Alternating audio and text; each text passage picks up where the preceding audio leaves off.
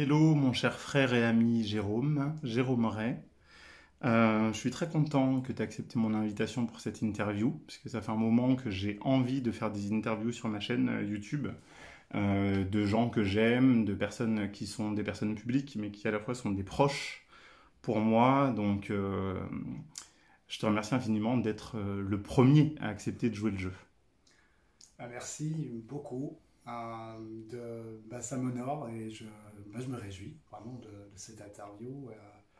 Je suis très heureux d'être interviewé de ta part. Avec plaisir. Alors Jérôme, tu es chaman et thérapeute, mais en fait cette interview et la série d'interviews que je vais faire par la suite, c'est plutôt pour mettre en avant l'homme et l'être humain dans son quotidien plutôt que juste parler promotionnellement de l'aspect professionnel. Donc en fait je vais commencer par te demander, dans ton enfance ou ton adolescence, est-ce que tu as des souvenirs d'événements ou de traits de caractère que tu avais qui sont en lien avec le chamanisme et la thérapie, mais plutôt l'aide à autrui. Oui, alors il y a différents souvenirs qui me viennent. Le plus fort qui me vient, c'est que je suis d'une famille athée, non confession, on ne faisait pas des rituels religieux, etc. Mais moi, je me souviens là, à un âge de 4 5 ans, je me voyais prier et demander de l'aide de l'au-delà. Et j'avais pas appris ça par mes parents ni par des proches. C'est vraiment quelque chose qui est venu de l'intérieur, de demander de l'aide là-haut. Et en fait, c'était déjà en moi. Euh, et d'autres choses, j'ai beaucoup souffert. En fait, je me sentais pas bien sur Terre. J'avais peur des êtres humains, profondément peur. Ça m'a finalement amené à vraiment m'intéresser d'où viennent les peurs et de devenir un spécialiste, de traiter les peurs ou d'aider les gens à sortir des peurs. Parce que pour moi, pratiquement chaque être humain, j'avais la trouille à mort. Donc je me souviens, le premier événement où je me souviens très fortement, je pense que j'avais 2 ans et demi, 3 ans, quelqu'un sonne à la porte et pour une raison ou une autre, moi je crois que ma mère va ouvrir, mais en tout cas moi je suis dans le couloir et je cours loin et je vais me cacher sous le lit. Et elle vient me chercher, elle dit non, mais il n'y a pas de souci. Et moi j'avais honte, en fait j'avais peur, j'avais honte de me montrer. Et donc, bien sûr, dans mon enfance, j'avais soit peur, ou bien j'étais aussi un peu en compensation, mais aussi je pouvais très bien m'enthousiasmer, être passionné de quelque chose. Donc je jouais des heures avec les voitures, je jouais pour moi et j'étais dans mon univers. Donc j'avais cette capacité de me créer mon univers et d'être très bien dans ça. Donc c'est un peu les souvenirs qui me viennent. Mhm. C'est des choses, des capacités aussi de faire des voyages intérieurs, etc. Donc c'est des choses que j'avais déjà en moi. Ouais. Et du coup, est-ce qu'aujourd'hui, dans ce que tu transmets, il y a des clés, finalement, que tu as utilisées sur toi, en étant ton propre patient, enfant ou ado ou adulte? Ouais, surtout, premièrement, déjà la compréhension profonde que nos réactions de relation, tout à mon avis est du relationnel. Nos problèmes sur Terre, c'est relationnel à la base. Et donc, ce qui m'aide, c'est déjà la compréhension qu'on ne fait pas exprès de réagir en général. Donc quelqu'un qui a peur, il ne se dit pas avant, oui, oui, je vais avoir peur de ça. En général, consciemment, on n'aimerait pas, mais une partie ou une facette à la trouille. Donc déjà, vraiment rassurer la personne que cette partie qui a peur, en plus, il faut qu'à un moment donné, elle avait un but précis. Et il faut comprendre, à mon avis, il y a ce message que peu importe quel comportement, finalement, au départ, il y avait toujours un but positif de survie, en général, de notre être qu'on a appris dans cette vie et qui vient souvent, qui est en relation avec d'autres vies. Donc, je dirais premièrement de comprendre, peu importe, de comprendre l'humain même s'il peut être très bizarre, mais une compréhension profonde que des choses peuvent être un peu plus fortes que nous, si on veut dire comme ça. Merci beaucoup. Ça me touche particulièrement parce que je me reconnais dans ce que tu dis, là, le besoin de comprendre les êtres humains et comprendre soi-même, et finalement de voir que c'est à peu près pareil, de comprendre les autres et de se comprendre soi. Et du coup, puisque tu parles beaucoup de cette émotion, la peur, est-ce qu'aujourd'hui tu peux dire que tu as apprivoisé tes peurs? Apprivoiser, là je dois juste redemander parce que langue française, moi, je parle un peu mieux l'allemand que le français, et puis apprivoiser, je suis pas sûr que... Alors je dirais pas maîtriser, mais au Ah, moins, est-ce que tu sais, non pas non plus confronter, mais est-ce que tu sais gérer tes peurs? oui, en fait, ce qui m'aide, c'est pas que j'ai pas peur, pas du tout. Donc des fois, je vois encore plus qu'avant qu'en fait, je camouflais. À un moment donné, dans mon adolescence, j'avais appris de, voilà, tout va bien, c'est ok, mais en fait, de plus être en contact, vu que j'avais la trouille toujours, donc j'ai dû chercher des techniques.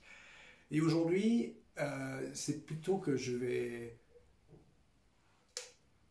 en général, je dis maintenant, accepter que je peux avoir une réaction comme ça, donc pas faire directement un combat contre la peur, et aussi comprendre que souvent le corps a besoin de quelque chose. Donc je ne vais pas être dans la non-réaction, mais intérieurement essayer d'être dans la non-réaction contre la peur. Mhm, Mais physiologiquement aider au corps de lâcher la tension qu'une peur produit dans le corps.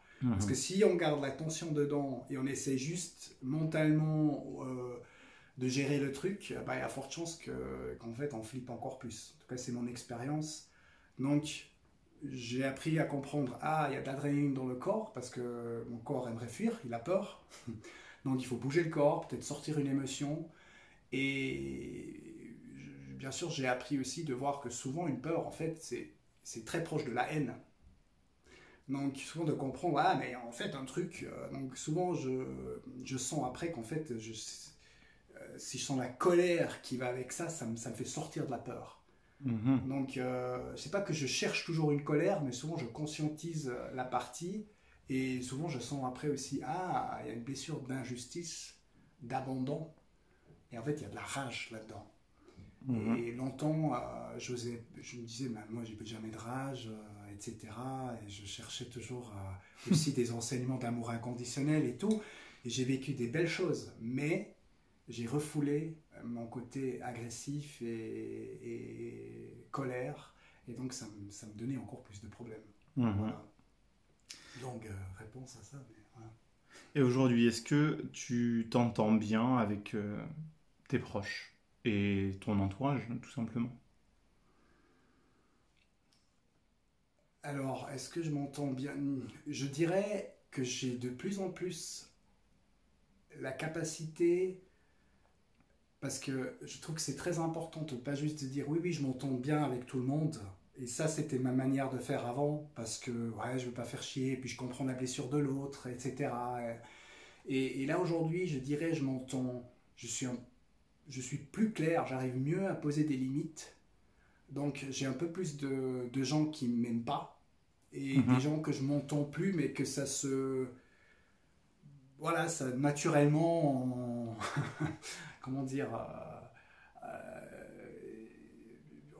je cherche après plus à être en contact avec des gens qui, voilà, où ça va plus, tout simplement. mhm, Mais ça me fait toujours mal. En fait, j'essaye toujours de comprendre l'autre et de ne pas être dans une guerre. Mais mon apprentissage est très net aussi de comprendre que des fois c'est très juste aussi de séparer et de dire voilà. mhm. Donc voilà, et dans ma famille, là, avec la situation actuelle, il y a quand même quelques tensions parce qu'on a tout à fait un point de vue assez opposé sur ce qui se passe sur Terre. Et donc là, non, j'arrive pas non plus toujours à être le peace man et puis d'être toujours gentil ou comme ça, non. Donc je m'entends pas forcément toujours avec tout le monde. Ouais, je comprends. Mais t'es humain, hein. De toute C'est façon, bien. on a des conflits, on n'est pas encore dans l'amour inconditionnel. Mais je vais un peu changer d'énergie et te demander finalement, après toutes ces années de découverte des êtres humains, pour toi, c'est quoi les valeurs humaines que tu trouves les plus belles et qui te touchent vraiment particulièrement comme un besoin de sociabiliser, un besoin d'aimer ou d'admirer? Qu'est-ce qui est pour toi la beauté de l'être humain? La beauté de l'être humain, c'est que profondément, on est des êtres qui, déjà, qui sont totalement positifs et joyeux. Et je vois comme une fleur qui s'ouvre, et quand elle s'ouvre, elle enchante en fait l'entourage. Mais en même temps, elle se montre totalement dans sa force et dans sa beauté.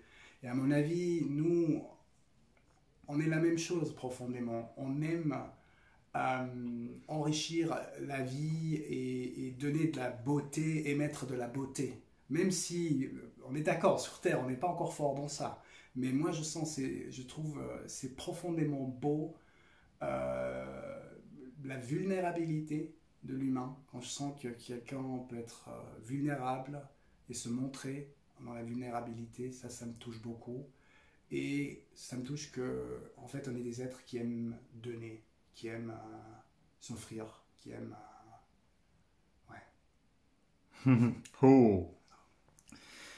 Euh, je vais terminer justement plus cette fois sur l'aspect pro. Donc tu fais des séances individuelles, tu animes des stages, tu organises prochainement un festival de chamanisme. Et j'aimerais faire le lien entre cet aspect professionnel et tout l'aspect personnel dont on parlait auparavant, en te posant la question, est-ce que tu es épanoui professionnellement, mais est-ce que ce que tu fais professionnellement est complètement intégré dans ta vie privée? Alors, est-ce que je suis épanoui professionnellement? Absolument, je vis ce que j'aime, totalement. Et d'ailleurs, c'est ce que j'ai jamais compris depuis l'enfance, pour revenir à l'enfance, que les gens sont à longueur de journée, la majorité des gens à faire des trucs qu'ils n'aiment pas. Je trouvais que c'est du non-sens de gaspiller sa vie comme ça. Et ça, j'ai toujours gardé ça, même si je suis tombé aussi dans le piège de l'éducation et de la société. D'un sens, j'ai toujours gardé une foi que je dis non, mais je suis pas venu pour ça.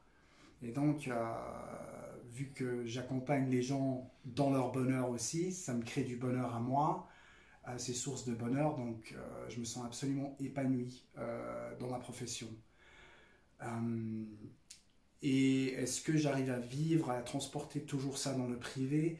Ben non, j'ai du travail aussi. Je vois que des fois en tant que papa, je suis impatient. Par exemple, je peux être dur. Je vois comment moi j'ai été éduqué. Et tout d'un coup, je fais les mêmes automatismes. Après, j'ai la capacité de m'excuser, de parler, donc de le voir. Mais voilà, j'ai du travail aussi. Je ne suis pas dans toutes les facettes euh, bien comme je peux l'être quand je suis thérapeute. Mhm. C'est clair. Mais j'essaye au maximum d'appliquer parce que je veux être authentique. C'est ça. En fait, pour moi, être spirituel, et on parle de spiritualité, pour moi, tous les êtres sont spirituels, mais on fait des enseignements spirituels. Ça concerne tout le monde. Et je pense, ou je suis certain, si on peut être très authentique, ben, déjà tout le monde cherche à être ça. Et puis c'est ça qui nous guérit et qui nous aide à être heureux avec soi-même, mais aussi dans la communauté humaine. Donc voilà, donc, je cherche d'être partout au maximum. Mhm. Merci beaucoup. Et enfin, ma dernière question, totalement improvisée. On parle souvent de ce qu'on dirait à notre enfant intérieur aujourd'hui pour l'aider, mais je vais inverser la question et te demander pour conclure cette vidéo,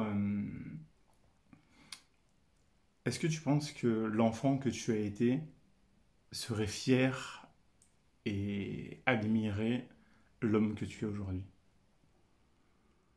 Je pense dans beaucoup de parties, absolument. Et pour rejoindre quand même encore ce que j'ai dit avant, pour être authentique, Et ben, c'est vrai que je sens une partie, quand tu m'as dit que tu vas m'interviewer, que tout d'un coup j'ai senti une peur qui monte, une peur de me présenter.